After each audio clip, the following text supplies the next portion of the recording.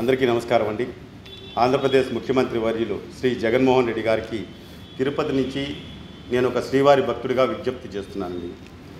తిరుమల తిరుపతి దేవస్థానం పైన అదేవిధంగా ఆంధ్రప్రదేశ్లోని దేవాలయాల మీద ప్రభుత్వ పెత్తనం ఉండకూడదు అన్న తరహాలో ఈరోజు సాక్షాత్తు టీటీడీలో ఉన్నటువంటి అధికారులు లైన్ క్లియర్ చేస్తున్నారండి. అందుకు నిదర్శనం వైకుంఠ ద్వారాలు ప్రతి సంవత్సరం కూడా అనాదిగా ఆనవాయితీగా ఏకాదశి ద్వాదశి 2 రోజులు మాత్రమే తెచ్చేవాళ్ళండి. గత సంవత్సరం తిరుమల కొండకు వచ్చినటువంటి అధికారి ప్రయత్నం చేశారు. భక్తుల నుంచి నిరసన కార్యక్రమాలు రావడంతో ఉపసంహరించుకున్నారు.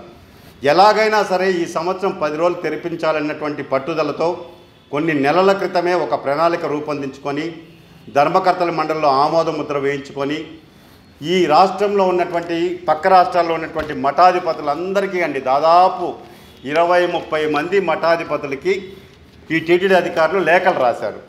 అయ్యా, మేము 10 రోజులు తెరవాలనుకుంటున్నాము, మీ అనుమతి కావాలి, ధర్మకర్తల మండలిలో ఆమోద ముద్ర వేశామని.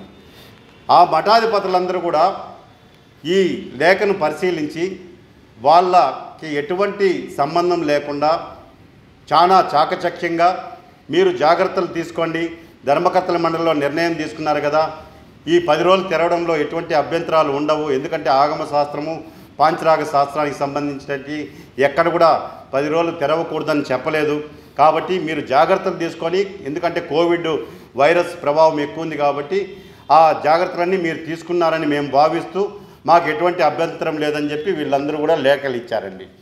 సంతోషం. ఇదే మఠాధిపతులు రేపు తెల్లవారితో ఈ తిరుమల తిరుపతి దేవస్థానాన్ని రాష్ట్ర వ్యాప్తంగా ఉన్నటువంటి దేవాలయాలన్నిటిపై ప్రభుత్వ పెత్తనం ఉండకూడదు అని చెప్పి ఈ 30 మందే కాదండి, దేశవ్యాప్తంగా ఉన్నటువంటి మఠాధిపతులంతా కూడా లేఖలు రాస్తే ఆ రోజు టీటీడీ అధికారులు దీన్ని అనుమతిస్తారా? రాష్ట్ర ప్రభుత్వం ఆమోదిస్తుందా? ఒక్కసారి ఆలోచించండి. ఇది నిజంగా హిందువులందరికీ కూడా ఒక మంచి పరిణామం.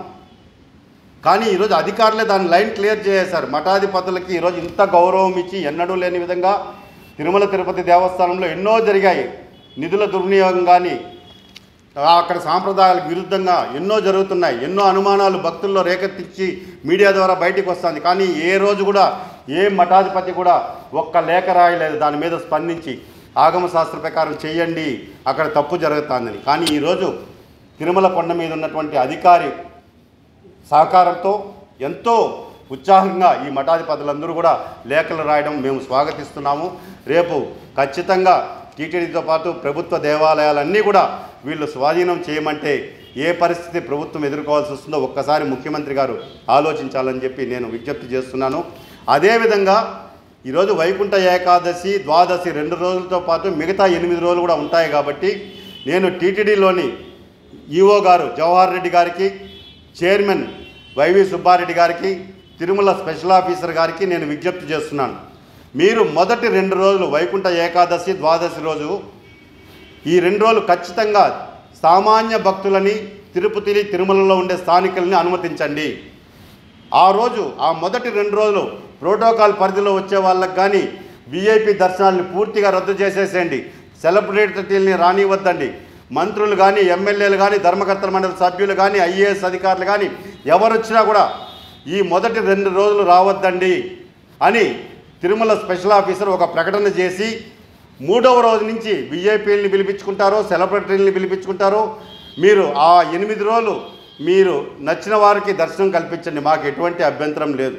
ఎందుకంటే టీటీడీ పంచాంగం ఏం చెప్తాందంటే టీటీడీ పంచాంగంలో స్పష్టంగా ఇచ్చారు ఆ రోజు శుక్ర ఏకాదశి అని. ఆ రోజు ఖచ్చితంగా వైకుంఠ ద్వారాలు తెరుస్తారు. వైకుంఠం ఏకాదశి ద్వాదశి రోజే మనం దర్శనం చేసుకుంటే ఆ గడియలకి ఆ తిథికి ఆ సమయానికి ప్రాముఖ్యత ఉంటుందని చెప్పి కోట్లాది మంది హిందువులు భక్తులంతా కూడా ఎదురు చూస్తూ ఉంటారండి. కాబట్టి ఈరోజు ఎట్లా 10 రోజుల నిర్ణయం తీసుకునేసినారు కాబట్టి దాన్ని చాలామంది బీజేపీ నాయకులు ఇతర కొంతమంది ప్రజలు సమర్థిస్తున్నారు, కొంతమంది వద్దంటున్నారు. కాబట్టి ఈరోజు మఠాధిపతులందరూ కూడా అంగీకరించారని మీరు చెప్తున్నారు కాబట్టి వాళ్ళు లేఖలు కూడా ఇచ్చారు. కాబట్టి ఆ మొదటి 2 రోజులు స్థానికులకి సామాన్య భక్తులకి అవకాశం ఇచ్చి మిగిలిన రోజుల్లో విఐపీలని ఎమ్మెల్యేలని మంత్రులను అందరినీ రమ్మనే విధంగా టీటీడీ అధికారికంగా ప్రకటన చేయాలని చెప్పని నేను డిమాండ్ చేస్తున్నానండి. ఖచ్చితంగా మీరు ఏదైతే ఈ పరంపర కొనసాగిస్తున్నారో దాని ప్రకారం రేపు వచ్చే సంవత్సరం మన టీటీడీ పంచాంగంలో కూడా మీరు 2 రోజులు మాత్రమే వైకుంఠ ఏకాదశి ద్వాదశి అని పెట్టున్నారు. అలా కాకుండా 10 రోజులు కూడా ఆ గడియలు వస్తాయేమో మాకు తెలియదు. పండితులు ఉన్నారు, ఆగమ సలహా మండలి ఉంది, ప్రధాన అర్చకులు ఉన్నారు, పెద్ద జీయర్లు చిన్న జీయర్లు ఉన్నారు. వాళ్ళందరినీ సంప్రదించి ఈ పంచాంగంలో కూడా మార్పులు తీసుకొస్తే భక్తులు కూడా అదే విధంగా మిమ్మల్ని అనుసరిస్తారని చెప్పని. ఎందుకంటే టీటీడీ పంచాంగం అంటే ప్రపంచవ్యాప్తంగా కూడా దీన్ని అందరూ కూడా ఫాలో అవుతారండి. టీటీడీ పంచాంగాన్ని తప్ప వేరే పంచాంగాన్ని ఎవరు కూడా ఫాలో కారు. అలాంటి టీటీడీ పంచాంగంలో ఉన్న దానికి ఈరోజు విరుద్ధంగా మీరు నిర్ణయం తీసుకొని చేస్తున్నారు. కాబట్టి ఆ పంచాంగంలో కూడా మార్పులు తీసుకురావాలని చెప్పని నేను ఒక శ్రీవారి భక్తుడిగా విజ్ఞప్తి చేస్తున్నా. ఇదే విషయాన్ని ఏదైతే మఠాధిపతులంతా కూడా లేఖలు రాశారో ఈరోజు 10 రోజులు అనుమతి ఇవ్వచ్చని, ఇదే తరహాలో రేపు దేవాలయాలపై ప్రభుత్వ పెత్తనం ఉండకూడదని చెప్పని ఈ భారతదేశంలో ఉన్నటువంటి విహెచ్పి కానీ బజరంగ దళ్ కానీ అదేవిధంగా హిందూ సనాతన ధర్మాన్ని కాపాడే మఠాధిపతులు పీఠాధిపతులు అందరూ కూడా ఒకే వేదికపైకి వచ్చి రేపు లేఖలు రాసి ప్రభుత్వ అనుమతులు కోరాలని చెప్పని నేను విజ్ఞప్తి చేస్తున్నానండి. ఓం నమో వెంకటేశాయ గోవింద.